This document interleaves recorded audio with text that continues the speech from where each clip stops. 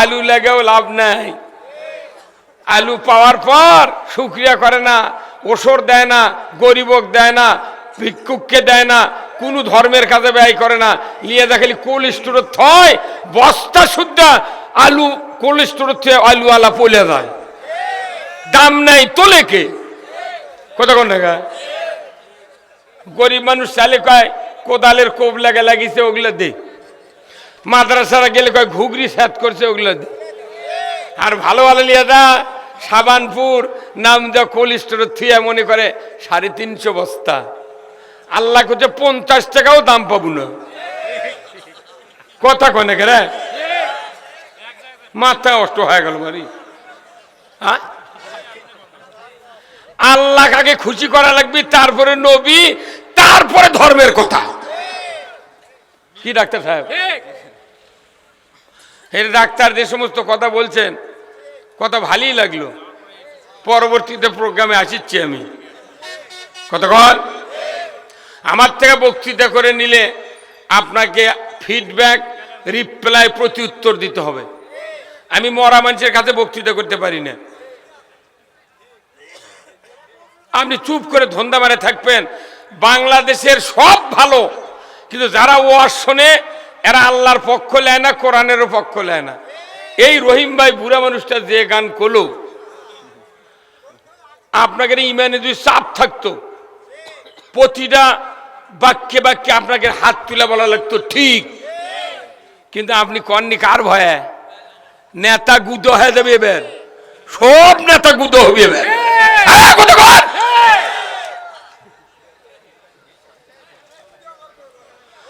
আল্লাহর পক্ষে সামান্য কথা শুনে যদি আপনি একটু ফিডব্যাক, রিপ্লাই, সমর্থন দেন, আল্লাহ আপনার এই বলন্দ আওয়াজকে আরো বলন্দ করে দিবে। ধরে ঠিক কিনা? এই যে ডাক্তার সাহেব, ইনি রুগী দেখেন, ওনার কাছে একটা ক্যান্সারের রুগী গেছে। একটা রুগীর সাথে 4-5 জন অভিভাবক যায় না, জটিল রুগীর সাথে 4-5 জন যায়। সব 4-5 জন তার সাতকার সাথীরা বলিচ্ছে, ডাক্তার সাহেব যত টাকা লাগে আমরা দেব, ভালো চিকিৎসা করে রুগী বাঁচাতে হবে। যাই যাই তাই কয় যত টাকা লাগে দেব। ইনি হলেন বডির ডাক্তার, আর আপনার হলেন রুগীর সাপোর্টার। তো এখানে যারা আমাকে দাওয়াত দিয়ে আসেন, আপনারা হলেন রুগী ইমানের, আর আমাকে আনছেন ইমানের ডাক্তারি করার জন্য। কিন্তু রুগীর কাছে ডাক্তার যখন যায়, অভিভাবকেরা কয় যত টাকা লাগে আপনি চিকিৎসা করেন। কিন্তু আমরা যখন সভাতে আসি, তখন প্রত্যেকটা অভিভাবক, প্রত্যেকটা গার্জেন, সবার কর্তৃপক্ষরা আমাকে কানত বলে, হুজুর দেখে শুনে কথা কবেন, মানুষ যাতে বেহেশত না যায়। কথা কনে গে, মানুষ যাতে বেহেশত না যায়, বেহেশত যাওয়ার কথা কলি তো অন্য টাইপের কথা হবি। অতএব আপনি জান্নাত যাওয়া লাগবে না, এমনি যে কথা কলে মানুষ মরেও না, বাঁচেও না। কথা কয় না বাড়ি, প্রত্যেকটা সবার। এই আজ নয়, এদের আমার এই ভাই কই গেল, ওই ভাই কুটে গেল, পরিচালক এক্ষুনি, ওই যে আইজুল হক কলেজের, এই আপনি আগে আসেন আমার কাছে, আগে আসেন। ইনি বললেন যে বিগত 17 বছরে বাংলাদেশের যে অবস্থা, ওই 17 বছর যা ছিল এখন আরো তার বেশি হচ্ছে। 17 বছর কথা কয়ে, অথচ বাংলাদেশে কোনো পার পাচ্ছে না। ওই 17 বছরে একটা ট্যাগ লাগাচ্ছে 17 বছর বাদ। এখন আমরা যে কজন আছি সেই কজন বাংলাদেশ বানাবো। কেবা কি বাপ মরে গেছে, বেটারা কি ভেঙে বেঁচে ফকির হয়? বাপ মরার পর দেখে যে বাপ যেভাবে সংসার করছে ওইভাবে আমাকে করতে হবে, কি স্যার? হ্যাঁ, কিন্তু আমরা মনে করছি যে বাংলাদেশ বোধহয় ভারতের রাষ্ট্র 700 বছর মুসলমান শাসন করছে। এই আমাকে লাগান মুসলমানই ভারতের, ওরা মুসলমানের শাসন পছন্দ হয়নি, না পারে হিন্দু বসাছে। অথচ ওই দেশের পীরের আছে বাংলাদেশে কোটি কোটি টাকা লুট করে নিয়ে যাচ্ছে। ফুরফুরার পীরের 17 জন পীরের সাথে আমি বক্তৃতা করছি। তারই 4 জন মরে গেছে।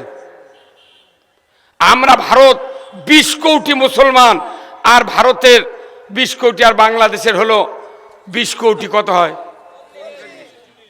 40 কোটি মুসলমান। আমরা অসহায়। ভারতের সুরমা, ভারতের সুবাস দিয়া বাংলাদেশত বাস করা লাগে। ভারত আমাদের অত্যাচারিত দেশ। এই ভারতত প্রতি বছর 1000-1500 টন ইলিশ দিচ্ছে। কত কম? আল্লাহ কি সিস্টেম করে দিয়েছেন মাছক, ওই মাছ MA পাস লয়, কামেল পাস লয়, মুফতি পাস লয়, ইলশার মাছ। আল্লাহ কছে তুই ভারতের সীমানার যা ডিম ছাড়বো না। কত কোনে গা?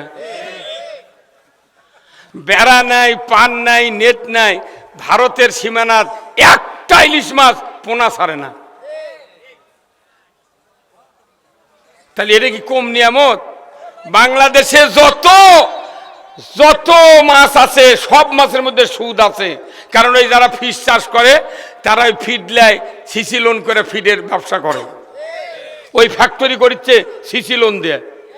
একটা মাত্র খাদ্য বাংলাদেশে যার মধ্যে সুদ নাই, সেটা হলো ইলশার মাছ।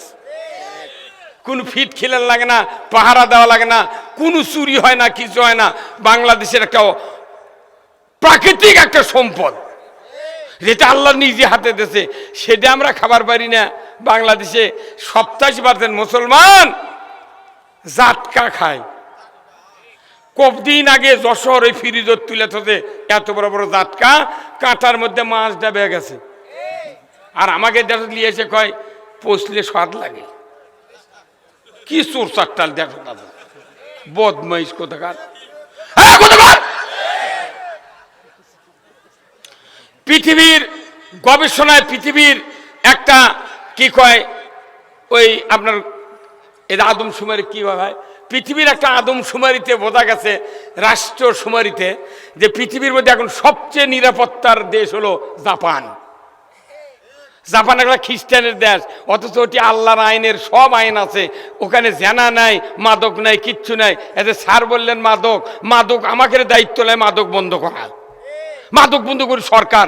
যত টিওনো, যত ডিসি, যত এসপি, যত ওসি আছে যারা ফার্স্ট ক্লাস নাগরিক, এদেরই তো বাপের বিয়ে পড়াছি আমরা মুন্সিরা। কি ডিসিরা যদি কয় আইন করো, মদ যদি কেউ খায় 80টা দৌড়রা, আর যারা চোরাচালান করে বর্ডার ফাঁক করে এই মদ নিয়ে আসবি তাদেরকে 32 বছর জেল। বাংলাদেশে 1 মিনিটের মধ্যে মদ বন্ধ হয়ে যাবে। আমাদের কাছে করছে মদ, ওই শ্লোক আমি ভালো বানার পারবো, সরকার পারবে। সরকার যদি না মানায় দাও সরকার জেল। কি কথা কি? আমাদের অবোধ পাশে মানুষ ঢাকার থেকে, আমেরিকার থেকে, এখান থেকে ওখান থেকে বড় বড় রাজনীতিবিদ আসে, আমাদের বুঝাই। আল্লাহ কোরআন বলছে ইন্নামাল খামরু ওয়াল মাইসিরু ওয়াল আনসাবু ওয়াল আজলামু রিজসুম মিন আমালিশ শায়াতিন ফাস্তানিবুহু লাআল্লাকুম তুফলিহুন। মদ হারামের আইন চালু করবে সরকার। কথা কয়, সরকার যদি মদ চালু না করে, সরকার এত দুর্বল, জেলখানার মধ্যে মানুষ ঢোকে, জেলখানার মদ ইয়াবা পাচার করে। জেলখানা 14 বার ঢুকেছি, 20টা থুয়ে যাচ্ছি। ফাজলাম ওইটা। একবার ক্ষমতা হাতত দিয়ে দেখ, পানি বারে ফেলে দেবো আমরা। এদেশে কোরআন বিজয় হোক। কারা কারা চান 2 হাত তুলে আল্লাহকে দেখা। নারায়ে তাকবীর, নারায়ে তাকবীর। আল কোরআনের আলো, কোরআন হাদিস যেখানে, দুনিয়ার মুসলিম, বাংলার মুসলিম, বগুড়ার মুসলিম, কিচকের মুসলিম, খরপার মুসলিম, লিল্লাহে তাকবীর। এই থামেন, থামেন। এতক্ষণ গুলি গেছিলেন। আমি সেদিন রাজশাহীতে বলেছি যে সরকার যাই হবে হোক, 300টা এমপি নিয়ে আমি একদিন সভা করব। সকাল থেকে সন্ধ্যা পর্যন্ত একটা এমপি অ্যাবসেন্ট থাকলে 1 লাখ টাকা জরিমানা করব। বক্তৃতা শোনা লাগবে এমপি করে, সেই বক্তৃতা শুনছে আলু আলা বা গুনালা, এরা শুনে কি হবে রে কে ভাই? কি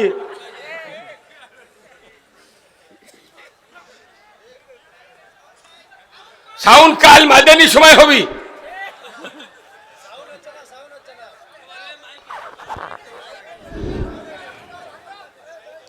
আমার ভাইরা, সেই আল্লাহর শুকরিয়া করতে গিয়ে আমি অনেক দূর চলে গিয়েছি। কারণ কি, আল্লাহ আজকে আরশে আজিম থেকে এই খরপার ঈদগার মাঠের দিকে তাকিয়ে আছেন, আল্লাহু আকবার, যে দেখি কার কলিজা কোরআনের পক্ষে আর কার কলিজা কোরআনের বিরুদ্ধে। আল্লাহ কিয়ামতের দিন যেদিন বিচার শুরু করবেন, প্রথম শুরু হবে পক্ষে না বিপক্ষে।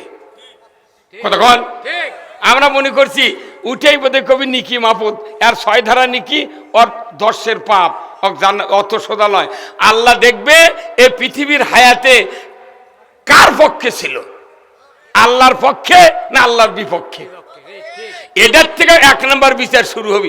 পক্ষে বিপক্ষে না নিয়ে আল্লাহ বিচার করিবেন না।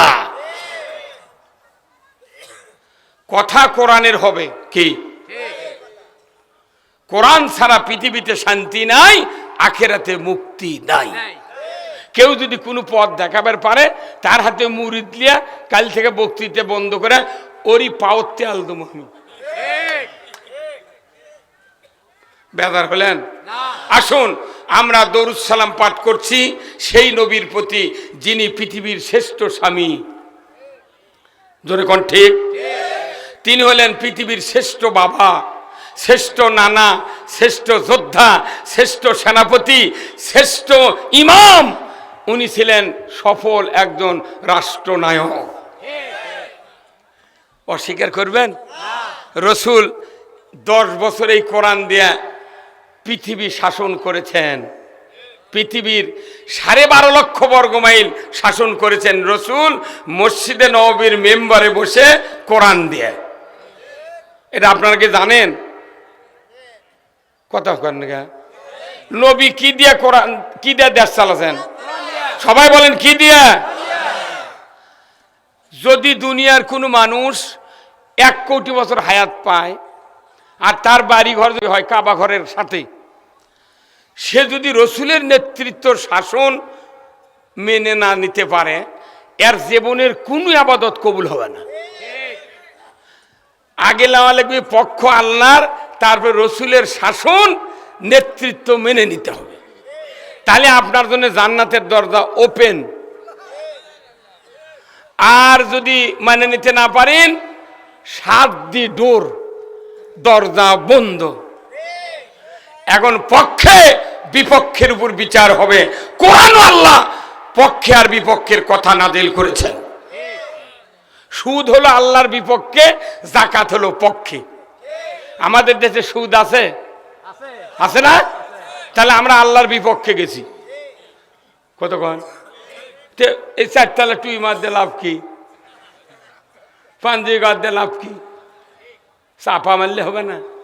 কোরআন আর আপনার কথা এক হওয়া লাগবে, রসুলের আদর্শ আর আপনার আদর্শ এক হওয়া লাগবে।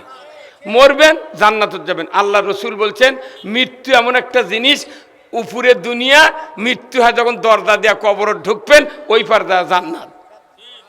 আর আমরা নামাজ নাই, রোজা নেই, আল্লাহ রসুলের পক্ষ নেওয়া নাই, উই করছে দিয়া করো, কেবলার দিয়ে করে কাজ করে থয় ভাবে।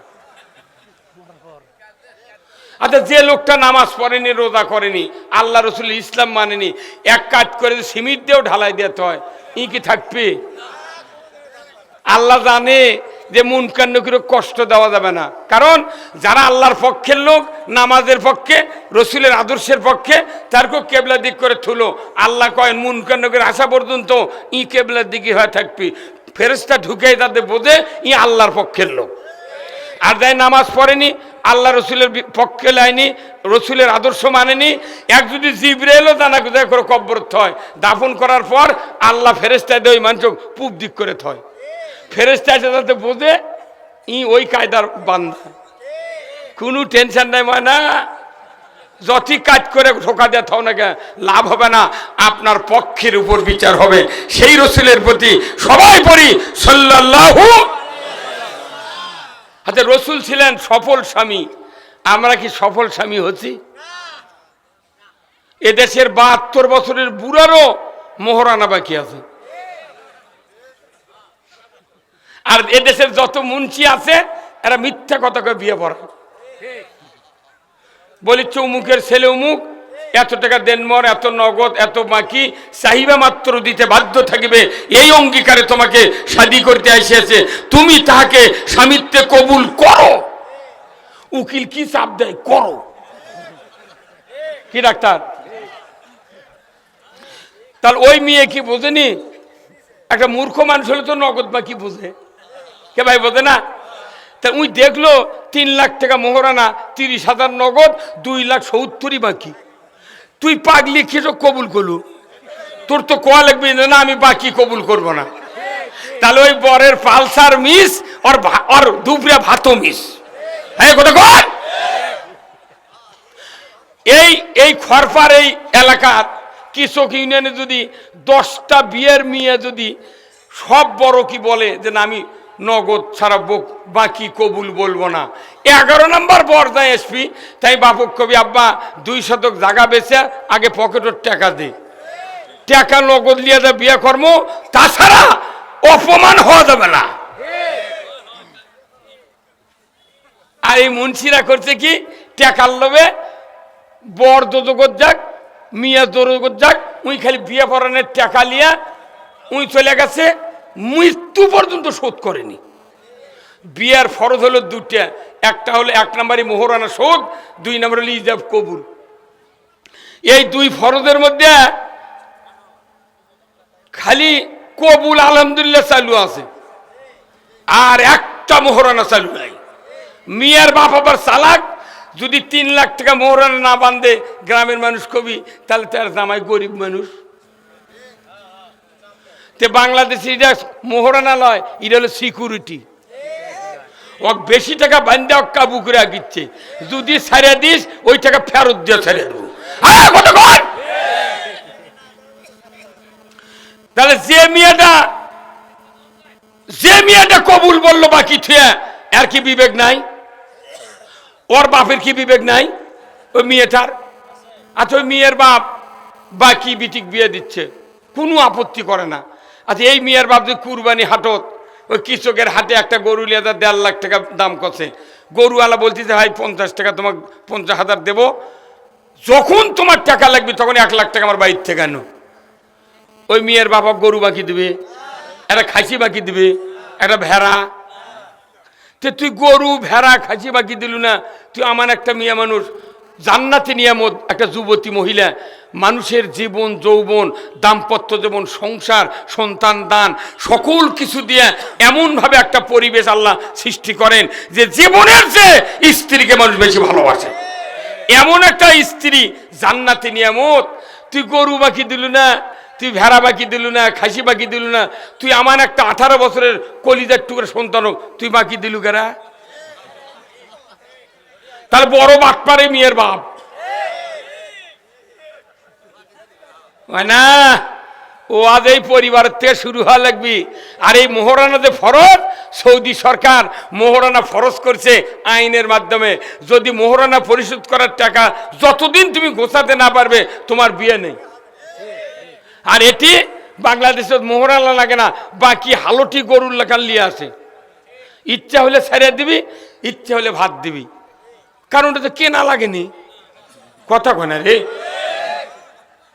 একটা স্ত্রীর টাকা যদি 3 লাখ টাকা দেয়নি, তাহলে ওই আমার কেনা সম্পদ, মোহরানা দেওয়া লাগলো। তুমি আলুর বস্তা যখন কোল্ড স্টোরে থাও, 30 বস্তা আলু থুবে, তুমি আগে 2 মাস আগে বস্তার টিকিট করে টাকা দিয়ে তুমি বস্তা নিয়ে আসো। আর তোমার স্ত্রী মোহরানা তুমি পরিশোধ করলে না, ওটাও আলুর কোল্ড স্টোর, আর তোমার স্ত্রীর পেট হলো সন্তানের কোল্ড স্টোর। 1 বস্তা আলু যদি 3 মাসে 330 টাকা ভাড়া হয়, 350 টাকা ভাড়া হয়, তোমার একটা সন্তান 10 মাস পালে পেটত, আবার আর একটা সন্তান হলো, আবার আর একটা হলো, 6টা সন্তান হলো। 6টা সন্তানের কি 350 করে ভাড়া হবে? উনি 2.5 বছর দুধ দিছে, তোর বাড়ির মোট কাম করে, শোল টানিছে 10 মাস পেটত করে, তাহলে কোল্ড স্টোরের ভাড়া দিলে হবি তোর? ওই জন্য আল্লাহ মোহরানা পরিশোধ করছে, তোর টাকা নাও কি দে, তেঙ্গে দরদ হবি। এই বাকি আনাতে তালাক বাড়িছে বাংলাদেশত, কথায় কথায় তালাক, তা বোক তালাক দিলে হয়, ওর বাপ মাও তালাক দেয়। হ্যাঁ কথা বল কে ভাই, বেজার হচ্ছেন? আমি কোন এগুলো আপনাকে ব্রেনত যেগুলো বুদ্ধি সেভ করা আছে এগুলো ডিলিট করে দিচ্ছি, তাছাড়া আমারটা ঢুকপি কোনটি কতক্ষণ। এরপরে আসেন, আমার রসুল ছিলেন শ্রেষ্ঠ বাবা, যেরকম সুবহানাল্লাহ। কি বাবা ছিলেন? শ্রেষ্ঠ বাবা। ওর মতো বাবা কি আমরা হতে পেরেছি? কি বাবা, আহারে আয়েশা সিদ্দিকা হযরত খাদিজা রাদিয়াল্লাহু তাআলা আনহার পেটের সন্তান হলো হযরত ফাতেমা রাদিয়াল্লাহু তাআলা আনহা। উনি একদিন মেয়ের বাড়িতে বেড়াতে গেছেন, যা বলছেন দেখেন যে ফাতেমা রাদিয়াল্লাহু তাআলা আনহার মন খারাপ। তিনি কে? হযরত ফাতেমা রাদিয়াল্লাহু তাআলা আনহা, তার পরিচয় আপনারা জানেন। উনি কে? জান্নাতের সর্দার, নারী জাতির জান্নাতের সর্দার, আপনার লয়। সাইয়্যিদাতুন নিসা, নারীদের বেহেশতি সর্দারিনী, জোরে করে আল্লাহু আকবার। ইনি যা দেখেন মন খারাপ। মা, জামাই কোথায়? একটু বাইরে গেছে। মা তোমার মন খারাপ কে? তো বলছে আব্বা আপনার জামাইয়ের সাথে আজকে আমার একটু কথা কাটাকাটি হচ্ছে, এই জন্যে তারও মন খারাপ, আমারও মন খারাপ। আল্লাহ নবী বললেন মা কি ভুল করছো মা, এইমাত্র তুমি মারা যাও, তাহলে আমি রসুল তোমার জানাজা করব না। বাপ কাক কয় মানা জানাজা করবে না, কারণ তোমার স্বামীর উপর কেন তুমি মন খারাপ করবে? এদের থেকে বুঝিন যে উনি কি আসল বাবা। আর আপনারা আমরা হলে যা উনি কি করছে, আচ্ছা বড় বেটা ফোন দিচ্ছে আয় তো বা, আর চলের দাঁত খোলমু। তাহলে বিটি সুযোগ পাই আরো কান্দবার লেগেছে। মাও করছে কেবা তো ফোন করলো, কোথায় কি হতো কি কন ওঠে, কোথায় আয় তো তাড়াতাড়ি। এই পাশে কি পালসার দিছি আর 15 দিছি, কেন আমার মেয়ে আঘাত দিল, এর বাড়ি ঘর সমান করবো। তাই কি আদর্শ বাপ? উনি হলেন এমন একজন মসজিদের ইমাম। ভাই ওখানে যে লাগরদলা খেলাচ্ছে, এই বুদ্ধি কে দিছে? বন্ধু করে দেন, লাগরদলি চেন কাটে দেন। হ্যাঁ লাগরদলি তুই এখন গাড়ি বন্ধ কর, তোর বাটাম ফাটাম আমি গেলে। অনেক সাউন্ড হচ্ছে কি ভাই, হচ্ছে না? যে কজন লোক আছে শেষ পর্যন্ত থাকবেন। বক্তৃতা আর যদি কেউ আমার যে না শোনে, তার রাত্রে আমার স্বপ্নে দেখা লাগবে আগামীকাল। রসুল এমন মসজিদের ইমাম ছিলেন যে মসজিদে 1 রাকাত নামাজ পড়লে কিয়ামত পর্যন্ত 50,000